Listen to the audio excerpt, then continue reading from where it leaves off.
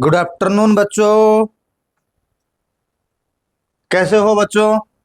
बच्चों आज हम लोग पढ़ेंगे बोर मॉडल का न्यूमेरिकल टिप्स। न्यूमेरिकल टिप्स पढ़ेंगे बोर मॉडल के। Bohr atomic model lecture number 12 है। Numerical tips for 12th board NEET exam and IIT JEE exam के न्यूमेरिकल टिप्स से हमें थ्योरी पढ़ चुके हैं। आप पहले जाके 11 नंबर लेक्चरर देखो, उसके बाद इस क्वेश्चन के पास आओगे। मैं अब क्या करूंगा कि थोड़ा बहुत मैं डिस्कस करूंगा, या जो मेन फार्मूले होते हैं उस फार्मूले को पहले मैं डिस्कस करूंगा। उसके बाद हमने सीखेंगे कि कैसे न्यूमेरिकल बनाया जाता है। राइट। तो फिजिक्स के अंदर में बच्चों को इसलिए डर लगता है कि टीचर डेरिवेशन कर देता है, तो एक क्वेश्चन करता है, दूसरा क्वेश्चन से बच्चा जब देखता है तो उस लैंग्वेज को समझ नहीं पाता, तो इसलिए उनको दिक्कत होता है। यहाँ मैं कुछ टिप्स तरीका से बताऊंगा क्वेश्चन से कैसे होता है, क्वेश्चन में क्या गिवन होना चाहिए क्या नहीं होना चाहिए, वो सब मैंने पहले से इन्फॉर्म कर दूंगा। चलिए अब हमें डिस्कस करेंगे नीट आईआईटी जेईई के numerical tips bore atomic model के बारे में। बच्चा जब हमें बोर एटॉमिक मॉडल के बारे में डिस्कस करेंगे तब हम शुरुआत में इस टॉपिक के अंदर में क्या करेंगे। देखो, हम शुरुआत में इस टॉपिक के अंदर में पहले जो हम पढ़ चुके हैं बोर मॉडल को डिस्कस करके, तो सबसे पहले हम क्या पढ़ रखे हैं बेटे ना, हम लोग ये पढ़ रखे हैं कि जो भी होता है velocity that is equal to v naught into Z upon n. ये हम पढ़ चुके हैं, ये हमारा पहला फार्मूला, इसको हम पढ़ चुके हैं। अभी मैंने डायग्राम करके आप लोगों को क्वेश्चन से बताऊंगा। इसके बाद हमने और पढ़ चुके हैं radius of the nth orbit is equal to radius of the first Bohr orbit of hydrogen atom into n square upon Z के बारे में हमें ये वाला फार्मूला डेरिवेशन कर चुके हैं।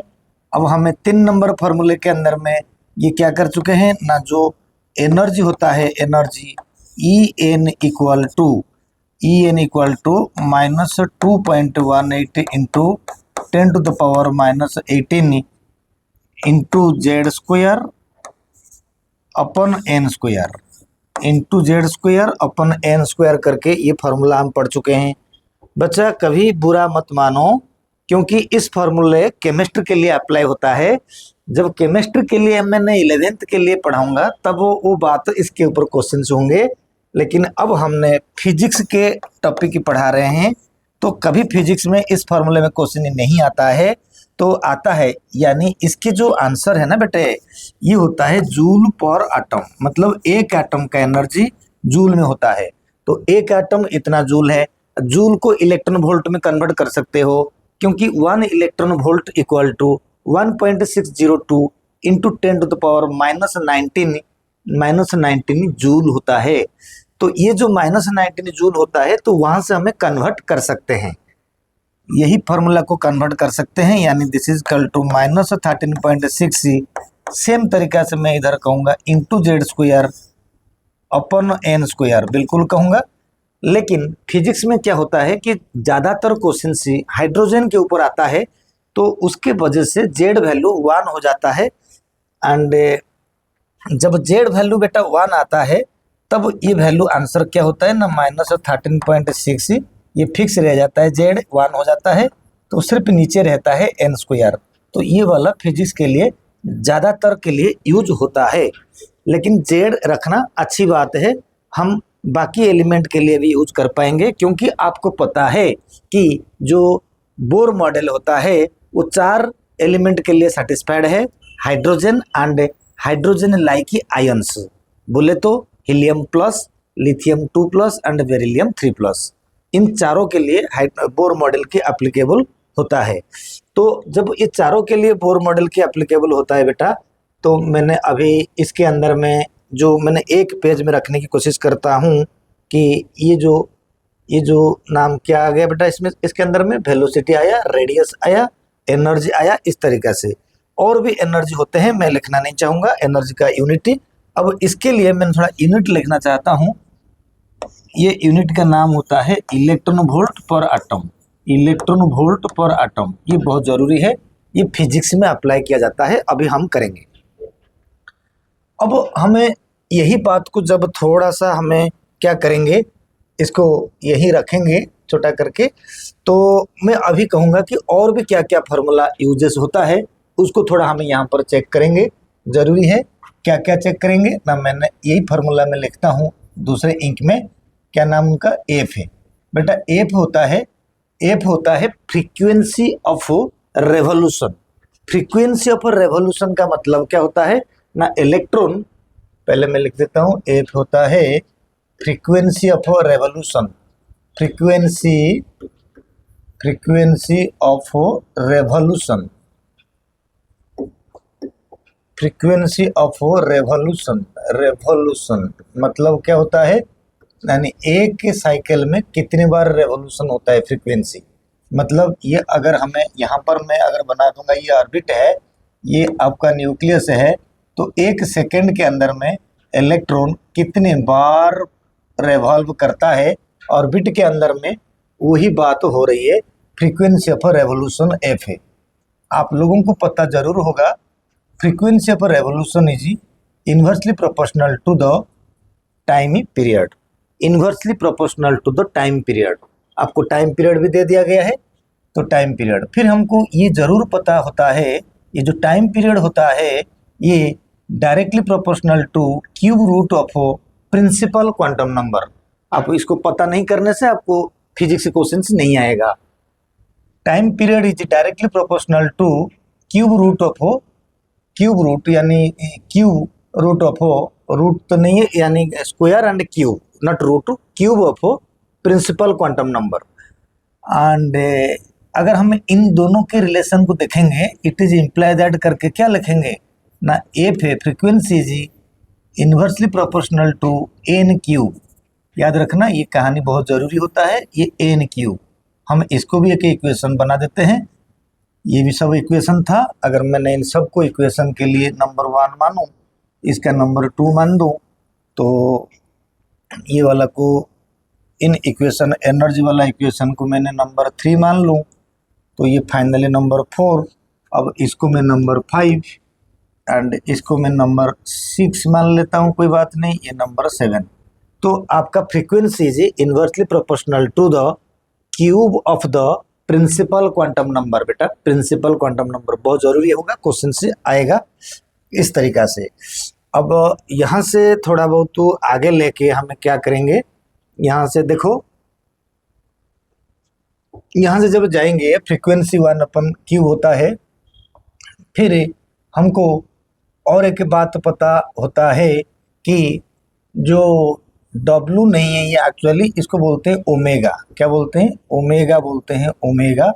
ये ओमेगा जो होता है एंगुलर वेलोसिटी होता है। क्या होता है, एंगुलर वेलोसिटी, एंगुलर वेलोसिटी होता है ओमेगा। ये जो एंगुलर वेलोसिटी होता है, ये एंगुलर वेलोसिटी किस बात के लिए होता है बेटे, एंगुलर वेलोसिटी मैं इधर से लिखता हूं। एंगुलर वेलोसिटी जो W जैसा स्ट्रक्चर होता है omega, angular velocity is equal to actually 2 pi by T. तो फिर टी के बारे में, टी क्या होता है, टी एन क्यूब को डायरेक्टली प्रोपोर्शनल है। इट इज इम्प्लाई दैट ये जो एंगुलर वेलोसिटी है तो 2 पाई बटा एन क्यूब, यानी इट इज इम्प्लाई दैट एक रेसिप्रोकल रिलेशनशिप में अगर देखेंगे W या omega equal to 1/n cube के द्वारा भी डिनोट किया जाता है। ये फॉर्मूला बहुत जरूरी है, इसको भी याद रखना। और एक छोटी सी बात और करेंगे इसके ऊपर, देखो बेटे ये फॉर्मूला जब याद रखोगे और क्या रखोगे याद है ना, आप लोगों को सुना होगा कि जो फोर्स होता है, फोर्स इक्वल टू के, है ना, फोर्स इज इक्वल टू के Q1, मैंने आगे जरूरत नहीं है, Q2 बटा R स्क्वायर, फोर्स में स्क्वायर आता है। यानी ये जो क्या बोलते हैं उसको, इलेक्ट्रोस्टैटिक की force of attraction by which electrons are revolving around the nucleus in a particular orbit. तो F is what, F is inversely proportional to R square. अब आपको एक रिलेशन पता अभी अभी है, जो आर होता है वो R naught into n square बटा जेड है। ये आपको सुना होगा रेडियस के लिए, यानी आर जो है एन स्क्वायर को डायरेक्टली प्रोपोर्शनल है। R is directly proportional to n square. अब जरा इधर से देखो बेटे, कहाँ पर कहाँ नहीं जाता है। हो सकता है कई क्वेश्चन का आंसर हम यहीं कर लेंगे, यहीं कर लेंगे। ये क्या होता है आर, देखो जब मैंने फोर्स निकालूंगा, फोर्स या डायरेक्टली करो कैसे भी करो, directly proportional to 1 upon R. R क्या होता है एन स्क्वायर का स्क्वायर। तो यानी F is directly proportional inversely proportional to n के पावर 4। आप इस बात को भी याद रखोगे, जो भी 8 या 9 नंबर इक्वेशन होगा उसके हिसाब से उसको याद रखोगे।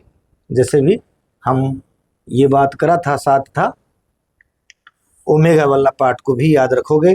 ये भी बहुत ज़रूरत पड़ेगा जब हमें क्वेश्चन से करवाएंगे।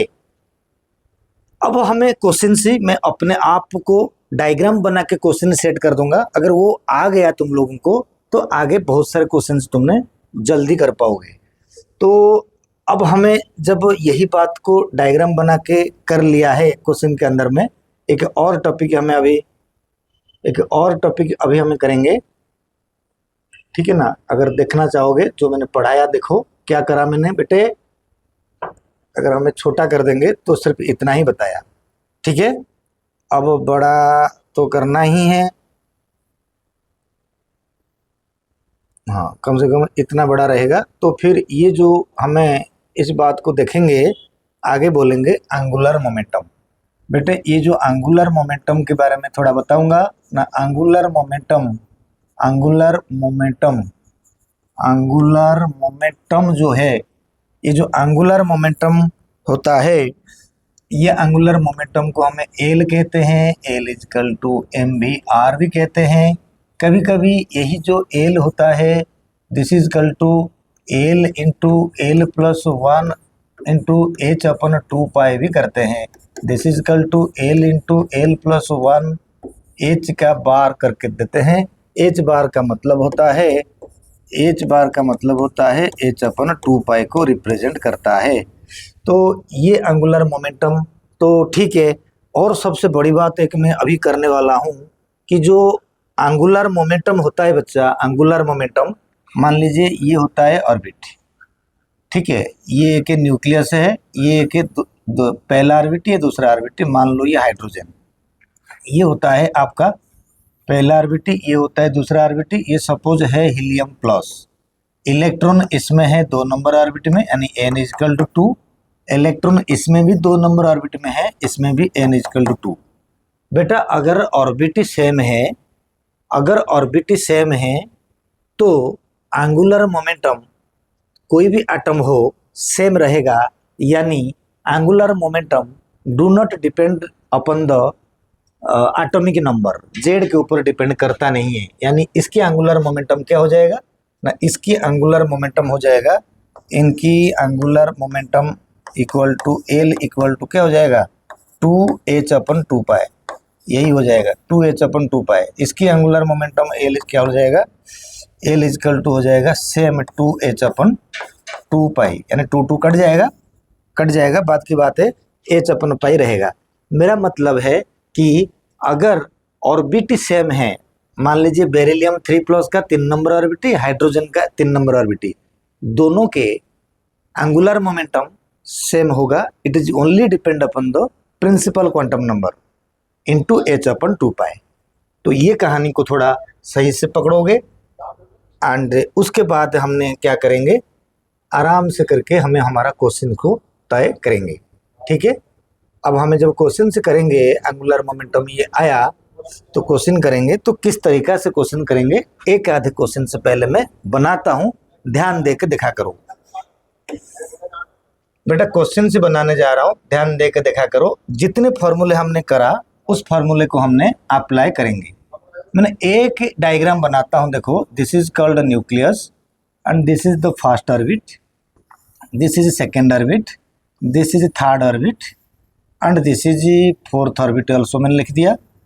And this is the infinity. Infinity मतलब बहुत बड़ा ऑर्बिट, मतलब लास्ट ऑर्बिट एक तरीका से है। मैंने इलेक्ट्रॉन को सपोज रखूंगा 4 नंबर ऑर्बिट में, मैंने रख दिया। कोई बात नहीं। इलेक्ट्रॉन 4 नंबर ऑर्बिट में घूम रहा है।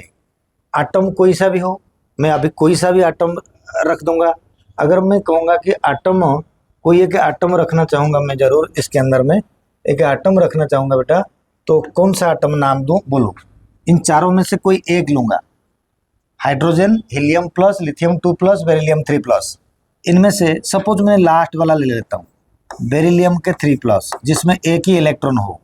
बेटा बेरिलियम 3 प्लस, ये बेरिलियम 3 प्लस में आपके जो कौन सा ऑर्बिट में इलेक्ट्रॉन है, पहला, दूसरा, तीसरा, चौथा, 1 2 3 4, इनका n इजकल टू 4। अभी n इजकल टू 4 यानी 4 नंबर ऑर्बिट में इलेक्ट्रॉन प्रेजेंट है। तो हमें क्या करेंगे, कैसा करेंगे बेटा ना, पहले इसी ऑर्बिट, इसी इलेक्ट्रॉन का आपको पता है क्वांटाइजेशन ऑफ ऑर्बिट का मतलब ऑर्बिट का एनर्जी फिक्स्ड है, डिस्क्रीट है। इलेक्ट्रॉन के पास उतनी एनर्जी होगा तभी वो उस ऑर्बिट में घूम पाएगा, और कम कभी नहीं होगा। अगर बाहर से एनर्जी ऑब्जर्व करेगा तो ऊपर जाएगा, फिर जब रेडिएट करेगा एनर्जी तो वापस आएगा। रेडिएट ग्राउंड स्टेट वाला इलेक्ट्रॉन करता नहीं है, रेडिएट सिर्फ एक्साइटेड स्टेट वाला इलेक्ट्रॉन करता है, वो अपना ग्राउंड स्टेट को आता है। सवाल और क्या है ना, n4 है। मैं अभी इसके अंदर में सारे कर देता हूँ। देखो सबसे पहले इसकी एनर्जी कितना होगा, 4 नंबर मतलब E4, इसका एनर्जी हो जाएगा -13.6 इंटू बेटा Z square. What is the Z square, beryllium के लिए 4 स्क्वायर बटा n स्क्वायर, n भी 4 है, 4 स्क्वायर, यानी इसकी एनर्जी जो हो गया -13.6 इलेक्ट्रॉन वोल्ट पर आटम। इसकी एनर्जी इतनी हो गई, यानी कौन सा एनर्जी, E4 वाला एनर्जी जो है 4 नंबर ऑर्बिट में। अगर हम इसको ये बोलेंगे तो बेटे इसके पोटेंशियल एनर्जी कितना होगा, ध्यान से सुनो, पोटेंशियल एनर्जी कितना होगा ना, potential energy equal to 2 into E4। जो भी E रिजल्ट हुआ होगा उसकी पोटेंशियल एनर्जी उसकी दुगना होगा, एंड वही नेगेटिव वैल्यू होगा। यानी हम क्या कह देंगे इसके बारे में ना, -13.6 इंटू 2 आ जाएगा। This is also electron volt per atom. समझ आया पोटेंशियल एनर्जी। सेम इसकी काइनेटिक एनर्जी कितनी होंगी, काइनेटिक एनर्जी होता है इक्वल टू आयनाइजेशन एनर्जी। और बच्चा ध्यान दिया करो, किसी भी ऑर्बिट का एनर्जी नेगेटिव में होता है इन्फिनिटी को छोड़कर। इन्फिनिटी में जब इलेक्ट्रॉन रहता है, यानी nth ऑर्बिट में जब इलेक्ट्रॉन रहता है, उसकी एनर्जी होता है जीरो। तो जब नीचे ऑर्बिट रहेगा उसका एनर्जी कम होगा, कम एनर्जी को कन्वीनियंटली नेगेटिव बोलते हैं, यानी नेगेटिव एनर्जी होता है। लेकिन याद रखना या टेक्निकली याद रखना, जिस ऑर्बिट का जितना एनर्जी होता है उसकी आयोनाइजेशन एनर्जी उतना पॉजिटिव होता है। क्यों, देखो मैं अभी कह दिया कि kinetic energy equal to ionisation energy कितना होगा बेटा ना, पॉजिटिव में हो जाएगा। जितना काइनेटिक एनर्जी था ना E4, पॉजिटिव अपो E4 हो जाएगा, यानी इसका मतलब हो जाएगा +13.6 इलेक्ट्रॉन वोल्ट पर आटम, ये हो जाएंगे पॉजिटिव में आ जाएगा kinetic energy, and ionisation energy बराबर है। मैं अगर एक छोटी सी एग्जांपल दे के आपको बताऊं कि 4 नंबर ऑर्बिट में जितना एनर्जी होता है उसको उतना एनर्जी देकर हमें बाहर निकालते हैं। एक छोटी सी आयनाइजेशन एंथैल्पी की कहानी देख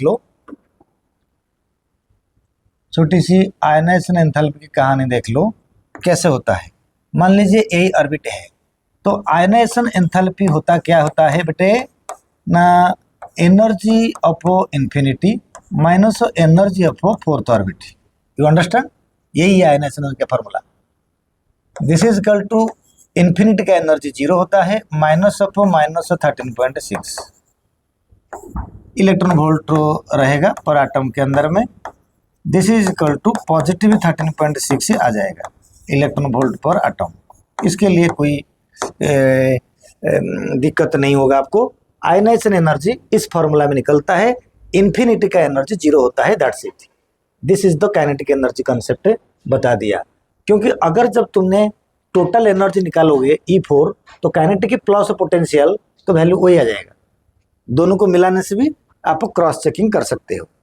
cross checking E4 equal to KE plus PE, देख लो KE पॉजिटिव आएगा, ये 2 गुना नेगेटिव है तो 1 गुना नेगेटिव आ जाएगा। You can cross check your answer. KE plus PE equal to E4 आएगा पक्का। E4 total energy. अच्छा, और क्या इसके अंदर में मैं दिखाऊं ना? इसके अंदर में मैं चाहूंगा तो थोड़ा एंगुलर मोमेंटम बहुत कुछ दिखा सकता हूं। अच्छा, इसके अंदर में मैं क्या दिखाऊं? देखो बेटे, यही था, मैंने थोड़ा डायग्राम को ऐसे करा, इसके अंदर में कुछ और करके दिखाता हूं। क्या करें ना, जब वो 4 नंबर ऑर्बिट में यही बेरिलियम 3+ का इलेक्ट्रॉन घूमता है, उसका और क्या क्या दिखा सकते हैं? वो कितने स्पीड में घूमता है बेटा, कितने स्पीड में घूमता है ना? बेटे स्पीड की बात जब आया, जरा कॉन्सेप्ट समझा करो, फॉर्मूला के जाओ। फिजिक्स क्या होता है, एक डेफिनेशन दे रहा हूँ फिजिक्स का, मतलब आपके नीट या IIT JEE के लिए, it is playing with formula. आपको फॉर्मूला अगर बेहतर ढंग से आता है, उसको अप्लाई करना आता है, तो आपको फिजिक्स से समझ आएगा। तो बेटा ये जो आता है इसका नाम क्या होता है? वेलोसिटी। कितने स्पीड में घूमता है ना? V0 into Z upon N. यहाँ से आपको दिखाई दे रहा है velocity and principal quantum number inversely proportional है। मेरा इसका मतलब है कि जैसे जैसे इलेक्ट्रॉन हायर ऑर्बिट में घूमेगा उसका वेलोसिटी कम हो जाएगा, स्लो हो जाएगा। जैसे जैसे इलेक्ट्रॉन न्यूक्लियस के आसपास घूमेगा उनके स्पीड जो होगा मैक्सिमम होगा, उनके स्पीड जो होगा मैक्सिमम होगा। क्योंकि यहाँ पर जो है velocity is inversely proportional to principal quantum number.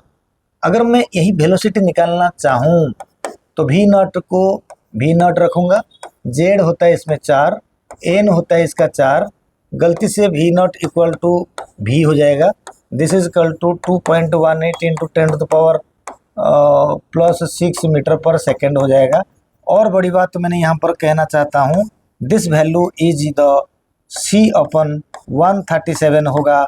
ये बहुत इंपॉर्टेंट फिजिक्स के लिए, कॉम्पिटेटिव के लिए। मैंने इसको डेरिवेशन करा था, आप डेरिवेशन वीडियो चेक करो, डेरिवेशन करा था CH मल्टीप्लाई करके। तो अब इसकी जो वेलोसिटी होगा कितना हो जाएगा? V0 जैसा बराबर हो जाएगा, इसको मैंने कह दिया। अगर वेलोसिटी इतना हो जाएगा तो मैंने थोड़ा इसको इसी लेवल तक रखूँगा, फिर 100 में तो नहीं रखेंगे, इतना रखेंगे, ठीक है। वेलोसिटी इतना हो गया। अगर हमें उसी के वेलोसिटी के अलावा अगर हमें रेडियस फाइंड करेंगे तो बेटे रेडियस क्या हो जाएगा ना? R0 into n²/z। कैसे हो जाएगा? R0 जो भी R0 आप कहो, n कितना होगा ना? n 4 बोले तो 16, z कितना है? वो भी 4 है, यानी 4R0 हो जाएगा। R4 इक्वल टू 4R0 हो जाएगा। R0 का वैल्यू मैंने पहले बोला होगा, आपको पता होगा शायद R0 का वैल्यू। ध्यान रखना, Rn इक्वल टू जो R0 होता है, जब मैं खाली R0 वैल्यू पुट कर दूं बेटा, R0 का जो वैल्यू होता है 0.0529, ये हो जाता है nanometre. This is equal to 0.529 angstrom. This is equal to 52.9 picometre. अब ये वैल्यू को बार बार लिखने से आपको याद रहेगा, आगे इसका काम आएगा। तो इस तरीका से हमने क्या करते हैं, इस तरीका से हमें इसी बेरिलियम का इसके अंदर में कितने स्पीड में घूमता है बता दिया, इनके रेडियस कितना दूरी, इसके जो रेडियस कितना डिस्टेंस है RN, वो भी मैंने बता दिया। अगर इनके फ्रीक्वेंसी रेवोल्यूशन भी बता सकता हूँ, यानी जितने जितने मैंने फॉर्मूला डिराइव किया सब मैं बता सकता हूँ। तो अगर आपको डायग्राम दे देंगे, बोलेंगे कि सब निकालो, तो तब समझ लो कि हमें न्यूमेरिकल हमारे मुट्ठी में रख चुके हैं। तो आगे अगर मैं क्वेश्चन सी तुम्हें करूँगा, आगे मैं क्वेश्चन सी कराऊँगा तुम्हारे लिए, तो क्वेश्चंस के लिए मैं तुम्हें डायग्राम दूंगा और तुम्हारे लिए क्वेश्चंस कराऊंगा। देखो मैंने जो जो निकाला इसके अंदर में सब है, ठीक है। अब मैं ऐसा काम करता हूँ, मैं ऐसे काम करता हूँ, मैं कुछ क्वेश्चन ही तुम्हारे लिए बनाता हूँ। देख लो बच्चों, क्वेश्चन ही कहीं नहीं होता। देखो कैसे क्वेश्चन बनता है। पहला क्वेश्चन है कि ये एक हाइड्रोजन आटम है, इनका एक नंबर ऑर्बिट में इलेक्ट्रॉन है, दिखाई दे रहा है। दूसरे में ये एक हीलियम आटम है, इनका 2 नंबर, ये हीलियम प्लस है, हीलियम प्लस। तीसरे में 1 2 3 इलेक्ट्रॉन 3 नंबर में है, इनका नाम लिथियम 2+। और क्या होता है ना, 1 2 3 4, तो इलेक्ट्रॉन 4 नंबर में है, तो इसका नाम लेंगे बेरिलियम 3+। अब इन सबके एनर्जी निकालो। देखो सबको मैंने ऐसे कर लेता हूँ, सबको अपना अपना रास्ता क्लियर कर दिया। मैं अभी क्या करूँगा ना, सबके एनर्जी, सबके रेडियस, सबके वेलोसिटी फाइंड करने की कोशिश करूँगा, और भी जो भी कहोगे सब निकाल दूंगा। कैसे कैसे? ये हाइड्रोजन है, ऑर्बिट इसका क्या है ना, आपके लिए मेन खेला कौन करता है? खेला करता है principal quantum number and atomic number. Atomic number इसमें हाइड्रोजन का जेड वैल्यू कितना है? हाइड्रोजन का जेड वैल्यू 1, इसका जेड वैल्यू 2, इसका जेड वैल्यू 3, इसका जेड वैल्यू होता है 4, जेड वैल्यू होता है 4, एंड एन सबको दिखाई दे रहा है। इसका एन वैल्यू 1, इसका एन वैल्यू 2, इसका एन वैल्यू 3, इसका एन वैल्यू 4। अब देख लो, अब एक नोटिस करो, हमारे पास जब एनर्जी हमें काउंटिंग करेंगे, एनर्जी, इसकी एनर्जी कितना होगा? एक orbit E1 equal to -13.6 into Z square, मतलब 1 स्क्वायर बटा 1 square. This is equal to -13.6 electron volt per atom ही होगा। समझ आया? दूसरा, अगर इसकी एनर्जी मैंने E2 निकालूंगा, तो E2 निकालूंगा तो क्या आ जाएगा? -13.6 into 2 square divided by 2 square, क्योंकि दोनों बराबर है, तो ये हो जाएगा E2 इक्वल टू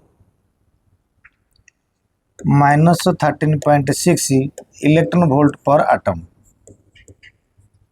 ये भी वही होगा, इसका E3 भी वही होगा, -13.6 इंटू 3 स्क्वायर बटा 3 square. This is equal to -13.6 electron volt per atom. And इसके E4 भी वही हो जाएगा, -13.6 into 4 square divided by 4 square. तो क्या इलेक्ट्रॉन वोल्ट पर आटम। इससे हमने क्या सीखा? इससे हमने ये सीखा, देखो कंक्लूजन दे देता हूँ क्या सीखा हमने। अगर कोई न्यूमेरिकल के अंदर में क्या आएगा, इसके अंदर में इधर देखो, यानी E1 of hydrogen equal to E2 of helium plus equal to E3 of lithium 2+ equal to E4 of beryllium 3+। इधर देख लो, ये सब के एनर्जी बराबर है। बेटा अगर एनर्जी बराबर है, क्या और क्या क्या बराबर होगा? चेक करोगे तो रेडियस भी बराबर हो जाएगा। कैसे कैसे बराबर होगा? आप इस बात को थोड़ा समझो। मैंने ये हाइड्रोजन, यहाँ पर डायग्राम हीलियम प्लस, यहाँ पर लिथियम 2+, ये बेरिलियम 3+। अगर हमने इसी बात को आगे लेंगे, इसको मैंने आगे अगर ऐसे डायग्राम को आगे खींचा, इसको खींचा, मैं रेडियस निकाल के दिखाता हूँ। देखो, अगर इसका radius R1 equal to R0 into 1 square divided by Z, बेटा यहाँ पर ना कुछ बदलाव होगा, क्योंकि इसमें से वैल्यू आ गया R1 इक्वल टू R0 तो आ गया, लेकिन इसमें से क्या हो जाएगा? इसमें से R2 equal to R0 into n square. बेटा एन स्क्वायर कितना है? इनका 2 नंबर ऑर्बिट में था, यानी 4 आ जाएगा, लेकिन 4 बटा 2 आ जाएंगे, यानी रेडियस फर्क पड़ रहा है। यानी इसके अंदर में R2 जो है R0/2 है, रेडियस कम हो जाता है, यानी रेडियस का जो वैल्यू होता है वो कम होता है। इसमें R0 में n² बटा 2 आ रहा है, नहीं फॉर्मूला n² बटा जेड होता है ना, इसका Z2 है, इसका Z3 है, तो इसके अंदर में R3 जो आएगा R0 इंटू 3² 3, तो 9/3 3 आ जाएगा। अच्छा, इसमें से 2 कैसे आ रहा है, 2R2 आता था।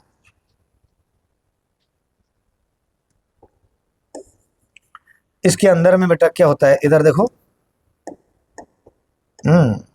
ये हो जाएगा R2 इक्वल टू कटने के बाद 2R0 ये आएगा। अभी इधर से R3 इक्वल टू 3R0 आएगा, पक्का इधर से R4 इक्वल टू 4R0 आएंगे, आप देख लोगे। दूसरा बात अगर हम जब करेंगे, देखो मैं वेलोसिटी की बात करता हूँ, ये हाइड्रोजन, ये हीलियम प्लस, ये लिथियम 2+, ये बेरिलियम 3+। मैं डायग्राम को आगे तक लेता हूँ, मैं डायग्राम को आगे लेता हूँ। ध्यान देने वाली बात इसके अंदर में है बेटा, ध्यान देने वाली बात क्या है ना, डायग्राम को जब आगे लेता हूँ तो अब हमें क्या करेंगे कि मैं पहले कहूँगा कि वेलोसिटी इक्वल टू क्या है ना, V0 इंटू Z/n। तो इसके अंदर में कोई चेंजेस नहीं आएगा, जितना Z तो इसका 1 है, एटॉमिक नंबर 1 है, तो V इक्वल टू बेटा V0 आ जाएगा। V0 वैल्यू तुमको पता है 2 पॉइंट, ये लाइट वेलोसिटी का 137 कम है, यानी 2.1 इंटू 10⁶ मीटर पर सेकेंड होगा। लिख भी देता हूँ, 2.1 इंटू 10⁶ मीटर पर सेकेंड होंगे। इधर से ये V1 था, ये V2 हो जाएगा। V2 कितना होगा, V0 इंटू Z कितना है, इसका Z2 होगा, इसका N भी 2 है, तो ये भी V2 equal to V0 same हो गया। ये भी V3 इक्वल टू V0 हो जाएंगे, ये भी V4 इक्वल टू V0 हो जाएगा। क्यों हो जाएगा ना, V0 इंटू 3/3, इसमें V0 इंटू 4/4, दैट्स वाई ये बराबर हो जाएंगे। इस तरीक़ा से मैंने जो बताया तुम लोगों को, अगर तुम देखोगे, मैंने रेडियस बताया।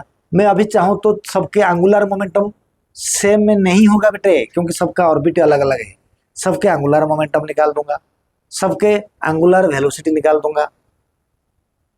तो ये एक कॉमन सेंस क्वेश्चंस होता है। तो किस तरीका से क्वेश्चंस को करना होता है, कॉमन सेंस क्वेश्चंस ये होता है कि हमें सबके एंगुलर वेलोसिटी भी निकाल पाएंगे।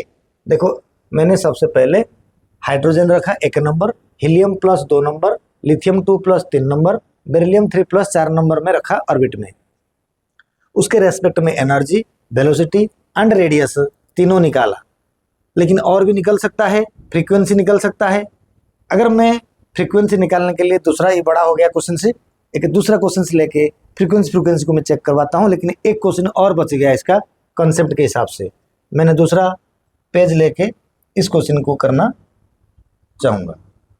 तो कैसे करूँगा, मान लीजिए हमारे पास क्वेश्चन ये है कि ये ऑर्बिट है, ये न्यूक्लियस है, ये होता है इलेक्ट्रॉन। ध्यान देना वाली बात है, इलेक्ट्रॉन इधर है बेटा, ये हाइड्रोजन है, इनका Z इक्वल टू 1 है एंड इसकी N इक्वल टू भी 1 है। दूसरा न्यूक्लियस है, ऑर्बिट है, और ऑर्बिट है, कितने ऑर्बिट है, मगर इलेक्ट्रॉन फर्स्ट ऑर्बिट में है। ये हीलियम प्लस, इसका जो Z इक्वल टू तो बेटा 2 है एंड N इक्वल टू जो होगा इसका 1 है। यानी बेटा ऑर्बिट ही बदल नहीं रहा है, तीसरे में क्या कर देंगे ना, ये पहला ऑर्बिट, दूसरा ऑर्बिट, तीसरा ऑर्बिट तो है, लेकिन इलेक्ट्रॉन पहला ऑर्बिट में है। ये लिथियम 2+ में है एंड इसमें N इक्वल टू 1 ही है। Z इसका वैल्यू 3 है, इसका Z 2 है, N सबका कांस्टेंट है। तो पहला ऑर्बिट, दूसरा ऑर्बिट, तीसरा ऑर्बिट, चौथा ऑर्बिट भी कर दो, कोई फर्क नहीं पड़ता, मगर इलेक्ट्रॉन किस में है, N इक्वल टू 1 है, Z इक्वल टू 4 है, ये बेरिलियम 3+ है, ये लिथियम 2+ है। अब इसके सब कुछ निकालना है, मतलब आपको अगर सब कुछ निकालना आ गया, ऐसा कौन सा क्वेश्चन है केमिस्ट्री में आ जाएगा तुम्हारा, फिजिक्स में थोड़ा मैथमेटिकल ढंग बदल देता है, वो इशू अलग है। तो HZN1, तो मैं क्या निकालूं उसमें से, मैंने एनर्जी निकाल दूंगा, E1 equal to -13.6 into Z कितना है, 1 स्क्वायर अपन 1 स्क्वायर। अगर मैं इसको ऐसे बना दूं, अपना बनेगा, E1 आ गया। अगर मैं उसको वेलोसिटी बना दूं, v इजकल टू क्या बना दूँ ना, वी नॉट इंटू 1/1 में रेडियस बना दूँ r1 equal to r naught into 1/1, यानी बराबर है सब। अब इसमें से जब एनर्जी हमें निकालेंगे, ये एनर्जी सेम E1 में है बेटा, बदलने वाला है, देखो बदलने वाला है सेम E1 का मतलब अब आएगा -13.6। एनर्जी के लिए जेड का स्क्वायर आता है, जेड का स्क्वायर मतलब मैंने डायरेक्ट कर दिया इंटू 4 डिवाइडेड बाय N1 मतलब 1 ही रहेगा, 1 ही रहेगा। इधर से क्या हो जाएगा बेटा, ई नंबर, इधर E1 भी रहेगा सेम नंबर, इसका रहेगा -13.6, जेड स्क्वायर हो जाएगा इंटू 9 हो जाएगा अपन 1, कोई मतलब नहीं है। इसके अंदर में E1 इक्वल टू -13.6 इंटू 16 हो जाएगा। तो आप इसमें से क्या देख रहे हो, नेगेटिव तो एक कन्वीनियंट वैल्यू है। अच्छा वेलोसिटी, बेटा वेलोसिटी जो होता है इसका भी V1 रहेगा, इसमें भी V naught into Z upon n है। तो जेड अंडे एन है, जेड कितना है 2/1 है, यानी 1 को रखेंगे नहीं तो 2 ही रख देंगे। तो इधर का velocity equal to V naught रखेंगे इंटू जेड, जेड कितना है ना, जेड होता है 3। इधर का V1 equal to V naught into 4/1, 1 कुछ नहीं है मतलब 4 रख दिया। तो फाइनली जब हम कहेंगे रेडियस को निकालने के लिए R1, इसका तो R नॉट है, इसका क्या हो जाएगा ना R naught into n square, बोले तो 1 स्क्वायर, 1 होगा सब में रेडियस में, यानी डिवाइडेड बाय आ जाएगा 2 आएगा, इसमें डिवाइडेड बाय 2 आएगा। रेडियस इसमें भी 1 है तो इसमें से R नॉट के साथ है फार्मूला में n स्क्वायर, n तो सबका 1 है, नीचे आ जाएगा जेड, जेड मतलब 3 आएगा, इसमें से R1 इक्वल टू R0/4 आएगा। तो आप जरा इधर से देखा करो, यानी हमने सब निकाल दिया इसके अंदर में। अगर कुछ और निकालना चाहते हो तो भी निकल जाएगा, सबके एंगुलर मोमेंटम मगर सेम होंगे, सबके एंगुलर मोमेंटम सेम होंगे। अगर ऑब्जेक्टिव क्वेश्चन इसको बनाओगे, इधर देखो, अगर ऑब्जेक्टिव क्वेश्चन बनाओगे, इसका E1 1 का स्क्वायर था बेटा, ये 12 नहीं है, ये 1 का स्क्वायर था। अच्छा तो इसका इतना है, इसका 4 गुना बढ़ रहा है, एनर्जी 4 गुना बढ़ रहा है, 9 गुना बढ़ रहा है, 16 गुना बढ़ रहा है। तो अगर मैं कह दूंगा इसका एनर्जी E है तो ये क्या हो जाएगा, ये एक्चुअली 4E, ये हो जाएगा आपका 9E, ये हो जाएगा आपका 16E। जो कहा उसको समझा करो, MCQ में उसको चेक करेंगे। कुछ बात समझ में आ गया बात? अगर ये बात आता है, एंगुलर मोमेंटम सबका सेम है क्योंकि प्रिंसिपल क्वांटम नंबर सेम है। अगर मैं कभी फोर्स निकालने के लिए कह दूंगा, फॉर्मूला डिराइव करने के लिए आता है, तो उसको भी हमें चेक करेंगे। समझ आ गया? एक क्वेश्चन से मैंने बनाया, उसको जरा हमें इधर से देखेंगे, आप इसको चेक कर लो। एक क्वेश्चन हमने बनाया, उसको हमें चेक करने जा रहे हैं। अब ये क्वेश्चन से मैंने बनाया, कंपोज मैंने करा, तो ये क्वेश्चन का आंसर कैसे होगा, ABCD ऑप्शन रखा। तो अब इस क्वेश्चन को आप देख सकते हैं कैसे क्वेश्चन होगा। बोलो क्या क्वेश्चन लिखा गया है। If energy radius and velocity of third orbit of helium plus का third orbit, right, E R and V, right, and respectively, then energy, radius and velocity of second orbit of beryllium 3+ respectively आज इनमें से कौन सा value होगा। तो मैं आपको डायग्राम करके सिखा देता हूँ। तो क्वेश्चन से ये बोला कि ये पहला ऑर्बिट, दूसरा ऑर्बिट, ये बोला if energy radius velocity of third orbit of helium plus. चलो मैं थर्ड ऑर्बिट बता देता हूँ, इसको हीलियम प्लस लिख दिया। इलेक्ट्रॉन इधर ही है, तो इन इलेक्ट्रॉन का, अगर इस इलेक्ट्रॉन का एनर्जी को E बोला गया, इसके एनर्जी को E बोला गया, इसका वेलोसिटी क्या बोला, ई, रेडियस को आर बोला गया, इसका वेलोसिटी को वी बोला गया, ठीक, जो भी आया उनको भी बोला गया। तो फिर क्वेश्चन से बोला गया है कि अगर ये न्यूक्लियस है, ये पहला, ये दूसरा, ये तीसरा, then the energy velocity upon second orbit हो बेरिलियम 3+। अब इलेक्ट्रॉन को इधर रख देंगे, इसमें n इजकल टू 2, इसमें से n इजकल टू था 3, n3 helium plus, n2 beryllium 3+, क्या नाम है, बेरिलियम 3+ के लिए।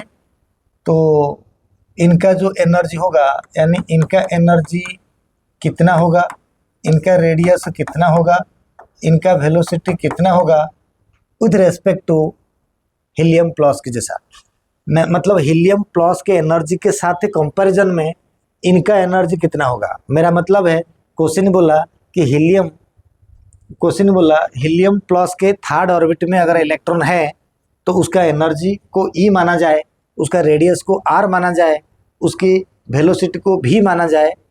तो बताओ कि बेरिलियम 3+ का सेकेंड ऑर्बिट में जब इलेक्ट्रॉन रहेगा उसका एनर्जी कितना होगा विथ रेस्पेक्ट टू ई। अगर मैं इसको E2 मान लूँगा, इसको R2 मान लूँगा, इसको V2 मान लूँगा, तो फिर इसको खाली ई मानूंगा, ई मानूंगा, आर मानूंगा, भी मानूंगा, तो E2 E1 का या ई का कितना गुना कम ज़्यादा है बताना है। तो क्वेश्चन शायद समझ में आ गया होगा। तो क्वेश्चन अगर आया तो इसको हमें किस तरीका से लिखेंगे, ज़रा इसको थोड़ा देखते हैं। ये क्वेश्चन को हमें कहा जा रहा है, इस क्वेश्चन को हमें किस तरीका से हमें चेक करेंगे, इसको मैं बताता हूँ। चलो ठीक है, अब क्वेश्चन आ गया होगा, आपने लिख लिया होगा, और ऊपर ले लेता हूँ। अब देखो बेटा क्या होता है, सबसे पहले हमें कैलकुलेशन करेंगे, इसकी जो एनर्जी है वो एक्चुअली कितना है, हीलियम प्लस है, जो ई जो है ना बेटा, ई कितना होना चाहिए, -13.6 इंटू जेड स्क्वायर। जेड कितना है इसका, तो यानी मैं कहूँगा ये 4 है, डिवाइडेड बाय n स्क्वायर हो गया, 1 2 3 जेड स्क्वायर, जेड 2 दूनी 4 है, ये 3 3 9 है, यानी इसका एनर्जी यही है। अब इसकी एनर्जी करके तो एक ऑप्शन चेक करेंगे, E2, इसकी जो बेटा E2 है वो क्या होना चाहिए ना, -13.6 इंटू जेड स्क्वायर। जेड कहाँ है, कौन है जेड, इनका जेड स्क्वायर था 2 स्क्वायर, इनका जेड स्क्वायर होगा 4 स्क्वायर यानी 16 अपन n स्क्वायर हो जाएगा 4। मेरा मतलब ये है E2 इनका कितना आया, -13.6 इंटू 4 आया। जरा क्या है E2 E का रिलेशन देख लो, E2 E का रिलेशन बेटा देख लो क्या होता है ना, E2 ये 4 है, तो इसमें से कितना मल्टीप्लाई करने से E2 होगा ना, 9 मल्टीप्लाई कर देने से आई थिंक E1 होगा। यानी E2 में जब मैंने 9 मल्टीप्लाई, या मैंने ई में जब 9 मल्टीप्लाई कर दूंगा वो आई थिंक E2 आ जाएगा। यानी ये क्वेश्चन का ये मतलब हो रहा है, चेक करो ज़रा, E2 equal to E into 9, यानी मैं कहूँगा E2 जो है 9E है। क्या ये आपको समझ आ रहा है, अगर E2 9E है, मैंने दोबारा इसको ऐसा लिखता हूँ, E2 इक्वल टू 9E, ये होना चाहिए किसी ऑप्शन में। मैंने एनर्जी के हिसाब से रिलेशन बताया। थोड़ा सा अगर हमें चेक करेंगे कि ये आंसर की तरफ जाएंगे, देख लो बेटे क्वेश्चन ये है, E2 इक्वल टू 9E, पहला ऑप्शन में है E2 इक्वल टू 4E, यानी C तो कभी होगा ही नहीं, E2 equal to 4E, A कभी होगा ही नहीं, A C नहीं होंगे, B एंड D में से कोई एक आंसर होने वाला है। लेकिन जब तक रेडियस एंड वेलोसिटी पता नहीं करेंगे तब तक हमें कंक्लूजन के पास पहुंच नहीं पाएंगे। ठीक है, अब हमें चलते हैं, एक और करने के बाद शायद रास्ता साफ हो जाएगा।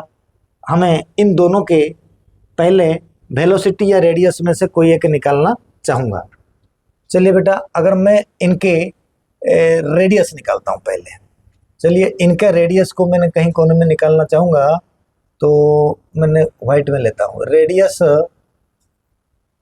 ठीक है बेटा, रेडियस से जब इसको निकालूंगा, ये हीलियम है, रेडियस एक न दो तीन है, इनका रेडियस को आर बोला गया, मैंने आर ले रहा हूं, तो एक दो तीन, एन स्क्वायर हो जाएगा, 3 का स्क्वायर 9, मतलब ये हो जाएगा r naught into n square 9, 3 का स्क्वायर 9 हो रहा है, डिवाइडेड बाय जेड इसका 2 हो जाएगा, यानी 9/2, जेड इसका 2 होगा, एन 3 था तो यही सही है।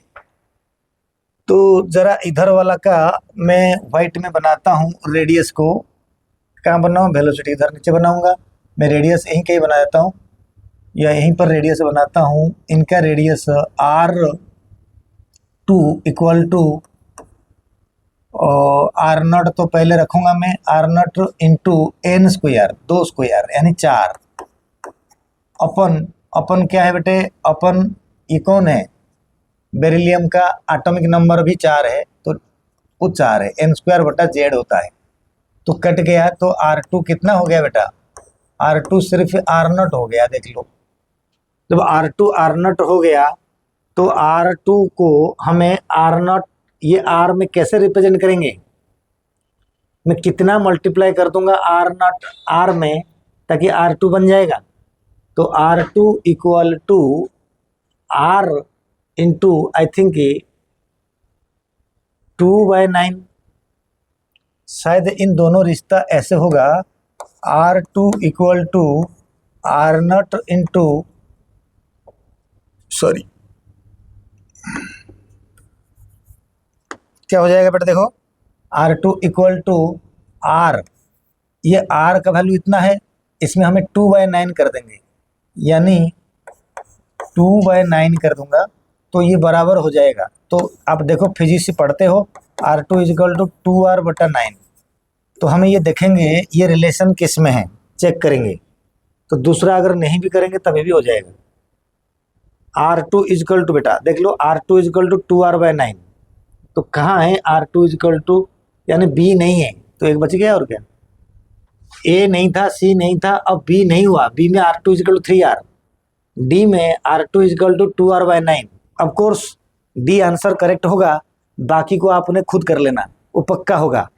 V2 equal to 3V3, V2 equal to 3V, अगर पहले को मैंने V मानूंगा तो 3V होगा जरूर, V3 नहीं होगा, ये होगा जरूर, तो कुल मिला के ये आंसर को मैंने D आंसर कहूँगा, तो D answer is the right answer. आप इसको जरूर करोगे, दूसरा वाला शायद ये V3 नहीं होगा, V होगा, V2 इक्वल टू 3V, ऐसा हो जाएगा। अगर कहोगे तो मैं शायद चेक करके दिखाता हूँ, देखो अगर मैं वेलोसिटी दोनों के लिए निकालूंगा, देख लो इधर मैंने वेलोसिटी निकाल रहा हूँ, देख लो वेलोसिटी क्या हो जाएगा बेटे, velocity equal to v naught into Z upon n, Z कितना है इसका 2, एन 3, यानी 2/3, जेड हो जाएगा 2, ऑर्बिट का नाम 3 है, यही फॉर्मूला है। इधर से V2 वैल्यू कितना हो जाएगा बेटा, V2 हो जाएगा आपका 2 नंबर पे है, यानी V नॉट आ गया इंटू जेड इसका 4 हो जाएगा, और जेड 4 हो जाएगा, एन हो जाएगा 2, तो यानी V2 equal to V naught into 2, V2 होता है V नॉट इंटू 2, ये V2 होता है, ये क्या हो जाएगा, वही है V नॉट इंटू 2/3, दोबारा लिख दिया मैंने। तो V2 में क्या करेंगे, V2 इक्वल टू, ये V में क्या मल्टीप्लाई करेंगे, V में अगर हमें 3 मल्टीप्लाई कर देंगे तो V2 आ जाएगा, देख लो, it is imply that, conclusion क्या हो जाएगा, ये कंक्लूजन हो गया कि V2 equal to 3 into V, V2 equal to 3 into V। तो अब देखते हैं क्वेश्चन में क्या है, V2 equal to 3 into V, V2 equal to 3 into V, ये वाला जो ऑप्शन नहीं है, ये जो ऑप्शन है V2 equal to 3 into V होना चाहिए, ये V3 हो गया, आपका यही आंसर है। तो D answer is the correct answer. ऐसे क्वेश्चन से अगर होगा, थोड़ा सा लेंदी होगा, लेकिन उसको तुरंत सॉल्व करने के कैपेबल रखना चाहिए।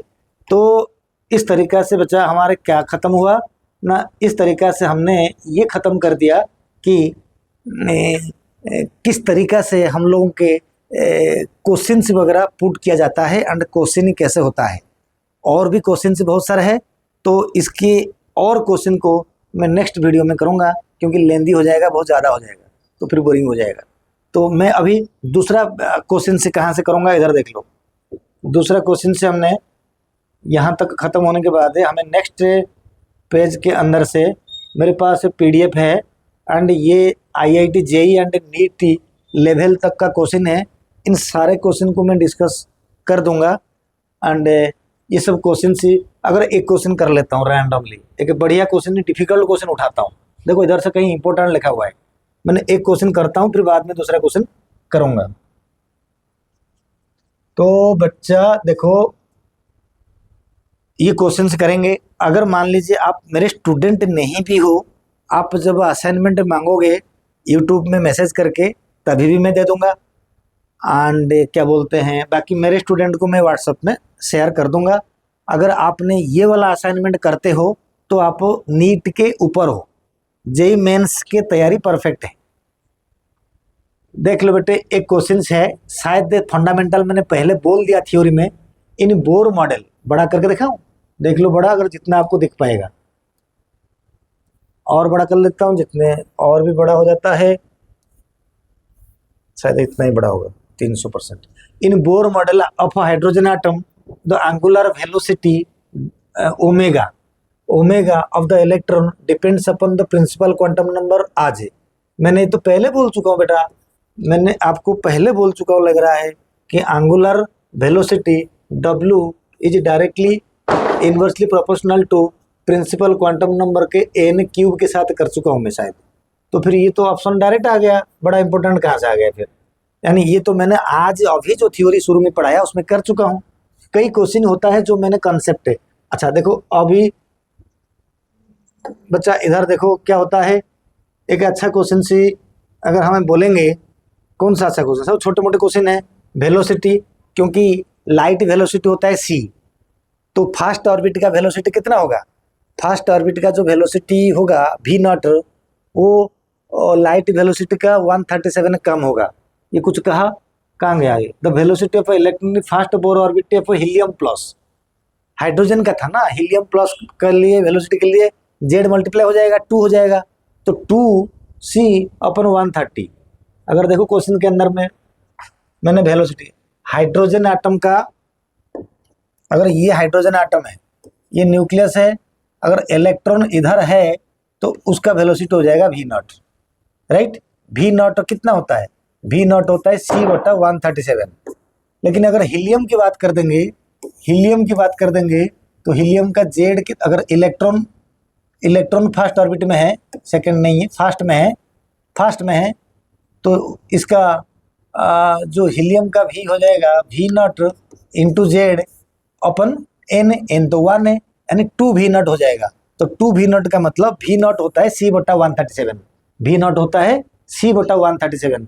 तो 2v0 इक्वल टू फिर कितना हो जाएगा, मैं अगर ऐसे कर दूंगा 2v0 इक्वल टू कितना हो जाएगा, तो 2c/137, तो 2c/137 आंसर c। तो इस तरीका से आपको आंसर आ जाएगा, क्योंकि जो थ्योरी मैंने शुरुआत में कह दिया, जो एंगुलर वेलोसिटी, फ्रीक्वेंसी, फोर्स के बारे में कहा होगा, कहीं क्वेश्चन होगा, देख लो इधर से मैंने पक्का फोर्स के बारे में क्वेश्चन करा होगा, तो मोमेंटम के बारे में क्वेश्चन करा होगा, वो इसके अंदर में रहेगा। तो इन क्वेश्चन को एक बार और एक वीडियो बना के मैं थोड़ा और क्वेश्चन तक चेक कर दूंगा, तो आपको सारे सब कुछ निचोड़ के आ जाएगा। आपके लिए कोई होमवर्क नहीं है, ठीक, सिर्फ यही वीडियो देख लोगे, इसी में से आपका जेईई मेंस का क्वेश्चन से बन जाएगा। अभी रखते हैं, वीडियो बड़ा हो रहा है, तो नेक्स्ट वीडियो में इनके क्वेश्चन को हमें कर लेंगे। फिर हमें ट्रांजिशन, हाइड्रोजन स्पेक्ट्रम, फिर N1 N2 का फंडा फाउंडेशन सब कर दूंगा, वो एक बड़ा खेल होगा। तब तक के लिए बाय, थैंक यू।